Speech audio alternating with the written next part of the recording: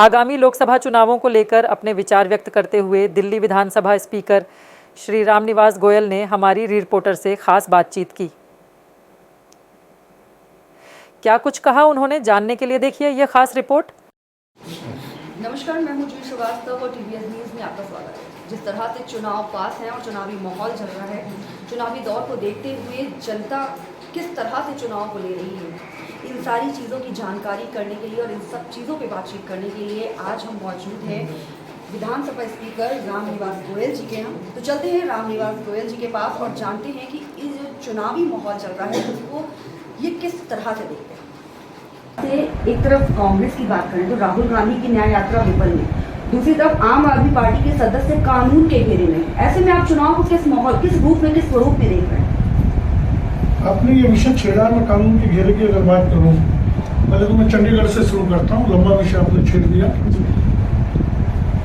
चंडीगढ़ के मेयर का चुनाव एक छोटा सा केंद्र शासित प्रदेश, केवल मेयर का चुनाव 36 वोट। किस ढंग से चुनाव अधिकारी ने कैमरे में देख रहा है वोट रद्द कर रहा है, कैमरे में देख रहा है वोट, 8 वोट रद्द कर दिए। कहां गया कानून? भला सुप्रीम कोर्ट का कानून ने उनको बचाया और दोबारा से मेयर। क्या मुझे ताज्जुब ये होता है।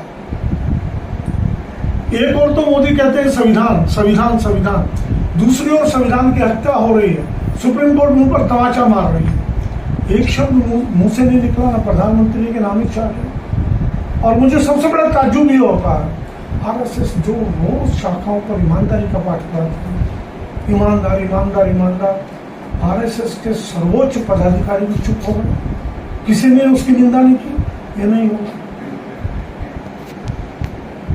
और दूसरी बात, 25 लोग ऐसे हैं जिन पर बहुत बड़े बड़े भ्रष्टाचार के हुए थे। 25 में से 23 लोग ऐसे हैं जिनके पास ईडी के नोटिस थे। आज वो बीजेपी की मशीन में धुल गए, वॉशिंग मशीन में। मुख्यमंत्री बैठे हैं, कहाँ है कानून? और ईडी नहीं जाती और उनके कोई मुकदमे नहीं, वो समाप्त हो रहे हैं। हेमंत बिस्वा शर्मा असम के मुख्यमंत्री,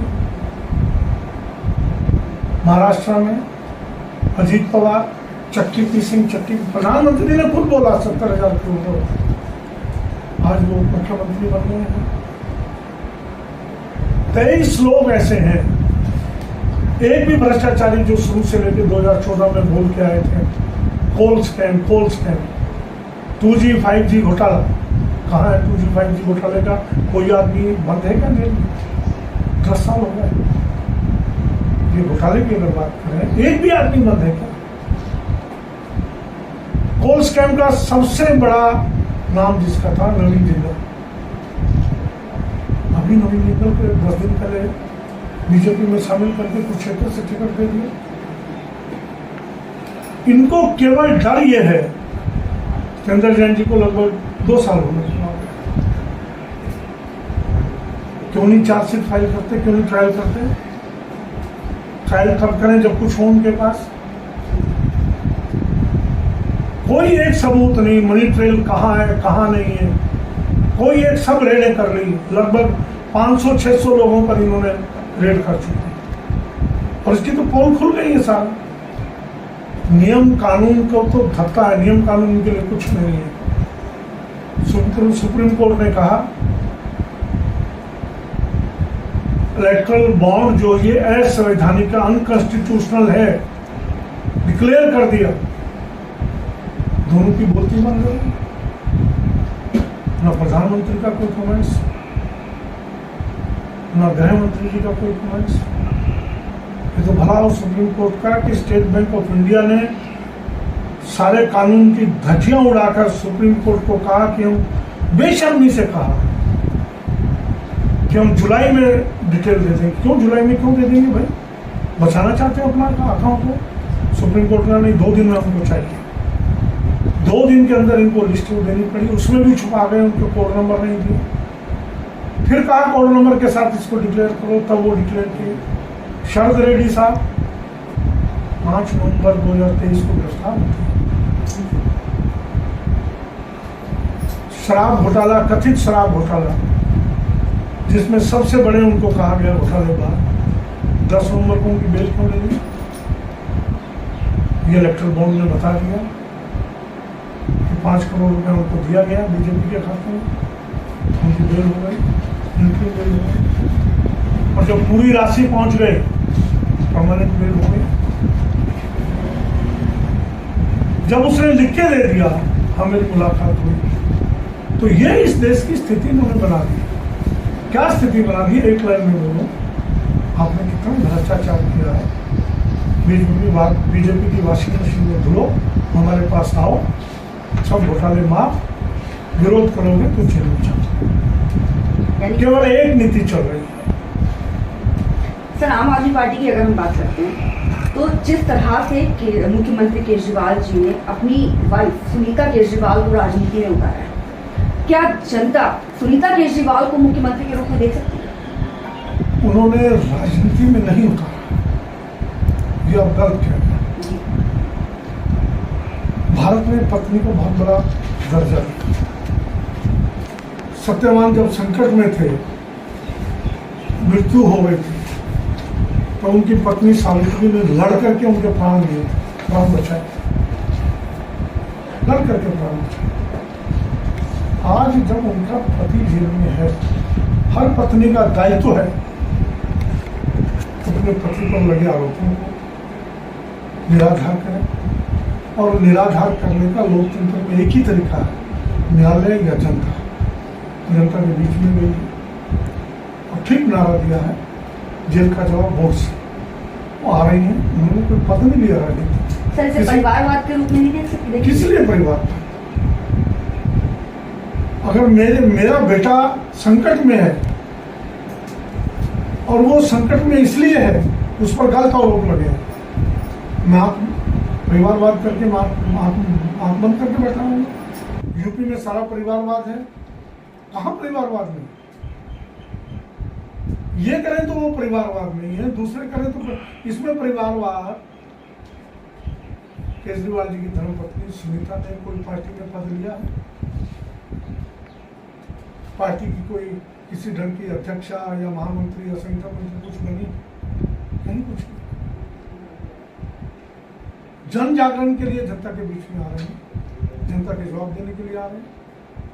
हाँ, वो अंदर घर में बैठ जाती तो जरूर कुछ न कुछ किया होगा। तो ये परिवारवाद की बात नहीं है, ना ये बात है कि वो मुख्यमंत्री बनेंगे। हमने निर्णय किया हुआ, मुख्यमंत्री केजरीवाल जी है, वो जेल में बाहर मुख्यमंत्री हुए।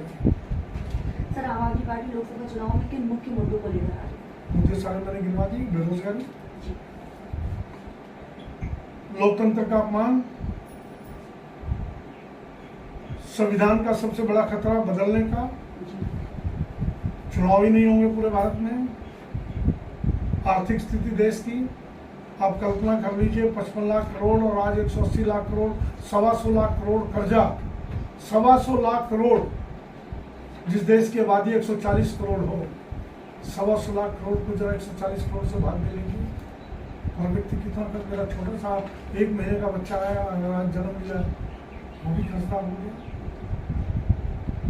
ये क्या नीतियां ठीक है? देश को बांट के रख दिया, केवल हिंदू मुस्लिम, इस बकरे का मीट, फलाना मीट, बड़ी हिंदूवाद की बात करते हैं, गौ की बात करते हैं। जो कंपनियां बीफ का एक्सपोर्ट करती हैं, उनसे 250 करोड़ रुपया चल रहा है। क्या है? तो सर, जिस तरह से मुख्यमंत्री केजरीवाल अभी पूछताछ हो रही है कानून के घेरे में, क्या ऐसे में लोकसभा चुनाव पर कोई असर पड़ेगा मुख्यमंत्री की अनुपस्थिति पे? लोकसभा चुनाव तो एक तरफा होने जा रहा है, हो गया है। मुख्यमंत्री जी की जिस दिन गिरफ्तारी हुई है, दिल्ली में नहीं, पूरे हिंदुस्तान के लोगों में रोष है। जो समझदार नागरिक हैं, जो अंधभक्त है, उनका कुछ नहीं कहा जा सकता। वो तो आज भी कहते हैं कोई नहीं, 1100 रुपये का सिलेंडर 5000 का हो जाएगा, हम खरीदेंगे।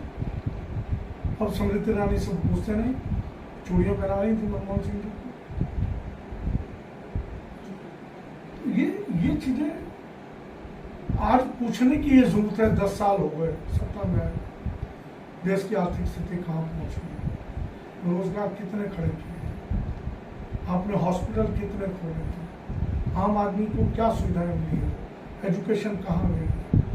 एक ही बात मैं आपसे कहना चाह रहा हूँ, केजरीवाल जी की जो सबसे बड़ी उन्होंने कदम उठाया है, मेरे देश में 2 तरह की एजुकेशन थी केजरीवाल जी का आने से पहले, दिल्ली में और पूरे भारत में, आज भी दिल्ली को छोड़, और इसको हम गंभीरता से नहीं ले रहे।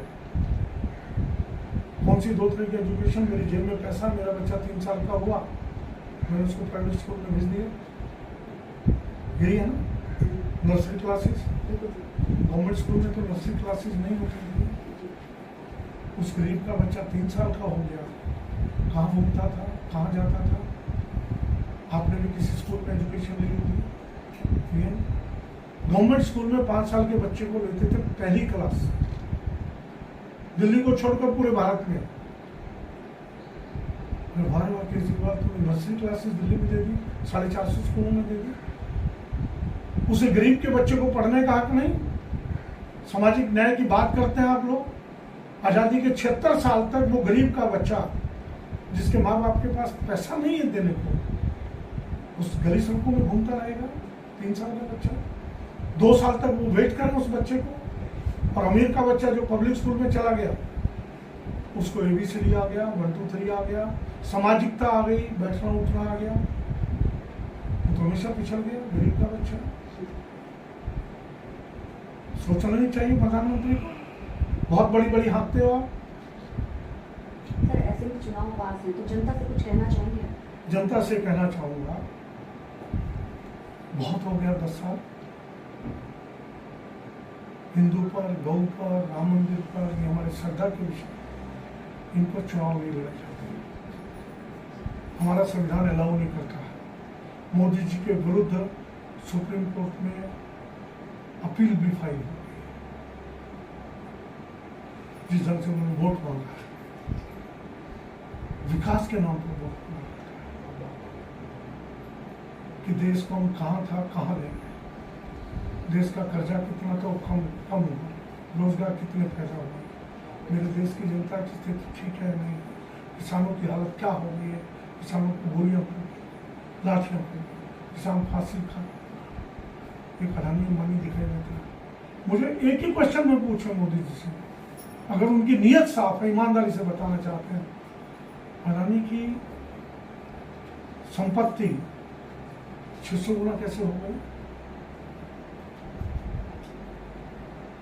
इन 9 सालों में अंबानी को पीछे छोड़ गया अडानी। दूसरी बात, एक चीज और पूछ रहे हैं, जिस व्यक्ति को बल्ला भी क्रिकेट का पकड़ना नहीं आता, अमित शाह जी का बेटा, वो क्रिकेट एसोसिएशन के उच्चतम पद पर बैठा दिया गया। ये परिवारवाद नहीं है। ये पूछ रहे अमित शाह से तो अमित शाह वहां से गालियां देंगे सीधा। एक पत्रकार ने पूछ लिया था, उत्तर देता है ये क्वेश्चन नहीं पूछे जाते हैं, और बड़े रौब से। ये है परिवारवाद। जनता इसका जवाब मांग रही। तो सर जिस तरह से मुख्यमंत्री केजरीवाल अभी पूछताछ हो रही है कानून के घेरे में, क्या ऐसे में लोकसभा चुनाव पे कोई असर पड़ेगा मुख्यमंत्री की अनुपस्थिति पे? लोकसभा चुनाव तो एक तरफा होने जा रहा है, हो गया है। मुख्यमंत्री जी की जिस दिन गिरफ्तारी हुई है, दिल्ली में नहीं पूरे हिंदुस्तान के लोगों में रोष है। जो समझदार नागरिक हैं, जो अंधभक्त है, उनका कुछ नहीं कहा जा सकता। वो तो आज भी कहते हैं कोई भी 1100 रुपये का सिलेंडर 5000 का हो जाएगा, हम खरीदेंगे। अब स्मृति ईरानी से पूछते नहीं, चूड़ियां पहना रही थी मनमोहन सिंह जी को। ये चीजें आज पूछने की ये जरूरत है। 10 साल हो गए सत्ता में आए, देश की आर्थिक स्थिति कहाँ पहुंची, रोजगार कितने खड़े किए, आपने हॉस्पिटल कितने खोले थे, आम आदमी को क्या सुविधाएं मिली है, एजुकेशन कहाँ गई। एक ही बात मैं आपसे कहना चाह रहा हूँ, केजरीवाल जी की जो सबसे बड़ी उन्होंने कदम उठाया है, मेरे देश में 2 तरह की एजुकेशन थी केजरीवाल जी का आने से पहले, दिल्ली में, और पूरे भारत में आज भी दिल्ली को छोड़, और इसको हम गंभीरता से नहीं ले रहे। कौन सी 2 तरह की एजुकेशन, मेरी जेब में पैसा, मेरा बच्चा 3 साल का हुआ, मैंने उसको प्राइवेट स्कूल में भेज दिया, यही है ना। नर्सरी क्लासेस, गवर्नमेंट स्कूल में तो नर्सरी क्लासेस नहीं होती। उस गरीब का बच्चा 3 साल का हो गया, कहाँ घूमता था, कहाँ जाता था? आपने भी किसी स्कूल में एजुकेशन ली होगी। ये गवर्नमेंट स्कूल में 5 साल के बच्चे को लेते थे पहली क्लास, दिल्ली को छोड़कर पूरे भारत में। भाई और किसी बात तो नर्सरी क्लासेस दिल्ली में दे दी, 450 स्कूलों में दे दी। उसे गरीब के बच्चे को पढ़ने का हक नहीं। सामाजिक न्याय की बात करते हैं आप लोग। आजादी के 76 साल तक वो गरीब का बच्चा, जिसके माँ बाप के पास पैसा नहीं है देने को, उस गली सड़कों में घूमता रहेगा। 3 साल का बच्चा, 2 साल तक वो वेट करें उस बच्चे को। और अमीर का बच्चा जो पब्लिक स्कूल में चला गया, उसको ABCD आ गया, 1 2 3 आ गया, सामाजिकता आ गई, बैठना उठना आ गया, वो तो हमेशा पिछड़ गया। गरीब का बच्चा, सोचना नहीं चाहिए प्रधानमंत्री को। बहुत बड़ी बड़ी हाँकते हो आप। सर ऐसे में चुनाव पास है तो जनता से कुछ कहना चाहेंगे? जनता से कहना चाहूंगा, बहुत हो गया 10 साल। हिंदू पर, गौ पर, राम मंदिर पर, ये हमारे श्रद्धा के विषय, इन पर चुनाव नहीं लड़ा जाता। हमारा संविधान अलाउ नहीं करता है। मोदी जी के विरुद्ध सुप्रीम कोर्ट में अपील भी फाइल हो गई, जिस ढंग से उन्होंने वोट मांगा है, विकास के नाम पर वोट मांगा कि देश को हम कहाँ था कहाँ ले गए, देश का कर्जा कितना था वो कम हुआ, रोजगार कितने पैदा हुए, मेरे देश की जनता की स्थिति ठीक है नहीं, किसानों की हालत क्या हो गई है, किसानों को गोलियां पड़ गई, लाठियां पड़ गई, किसान फांसी खा, एक अडानी अंबानी दिखाई देता है। मुझे एक ही क्वेश्चन में पूछा मोदी जी से, अगर उनकी नीयत साफ है, ईमानदारी से बताना चाहते हैं, अडानी की संपत्ति 600 गुना कैसे हो गई? इन 9 सालों में अंबानी को पीछे छोड़ गया अडानी। दूसरी बात, एक चीज और पूछ रहे हैं, जिस व्यक्ति को बल्ला भी क्रिकेट का पकड़ना नहीं आता, अमित शाह जी का बेटा, वो क्रिकेट एसोसिएशन के उच्चतम पद पर बैठा दिया गया। ये परिवारवाद नहीं है? ये पूछ रहे अमित शाह से तो अमित शाह वहां से गालियां देंगे सीधा। एक पत्रकार ने पूछ लिया था, उत्तर देता है ये क्वेश्चन नहीं पूछे जाते हैं, और बड़े रौब से। ये है परिवारवाद। जनता इसका जवाब मांग रही है। सर आखिरी सवाल, TVS न्यूज को क्या संदेश दें? मेरा संदेश ये है, मोदी मीडिया से बचें, स्वतंत्र पत्रकारिता करें, जिसकी जो कमी है तथ्यों के आधार पर निडर होकर, निष्पक्ष होकर जनता के सामने लाए, और जो ऐसा करते हैं वो जनता के दिलों में जगह मिलती है। आज मैं भी, मुझे नहीं मालूम था ध्रुव राठी कौन है, लेकिन 3-4 दिनों से आपको मालूम है ध्रुव राठी कौन है? नहीं मालूम। उसका वीडियो सुनिए। किसी बीजेपी वाले ने ललकारा, वो जर्मन में रहता था, वीडियो डालता था, उसके वीडियो एजुकेशन पर और चीज़ों पर आते थे, और देशों में जहाँ लोकतंत्र की हत्या हो रही है उस पर भी आते थे, बेरोजगारी पर एजुकेशन में वीडियो आते थे। किसी ने ललकारा, तुम्हें हिम्मत है तो भारत आ जाओ, किसी ने मैंने भारत आ जाओ, मैंने उसको पढ़ा, फिर उसकी वीडियो सुन लीजिए दोनों बार। मैं संदेश देना चाहूँगा आपके चैनल के माध्यम से, आइए मिल करके इस देश के लोकतंत्र को, बाबा साहब के दिए हुए संविधान को पूरी सुरक्षा दें, तभी देश चलेगा। धन्यवाद। तो ये थे हमारे साथ विधानसभा स्पीकर रामनिवास गोयल जी, जिनसे हमने लोकसभा चुनाव को लेकर बातचीत की, साथ ही पक्ष और विपक्ष को लेकर बात की, बीजेपी के 400 पार और इंडिया गठबंधन को लेकर बातचीत की।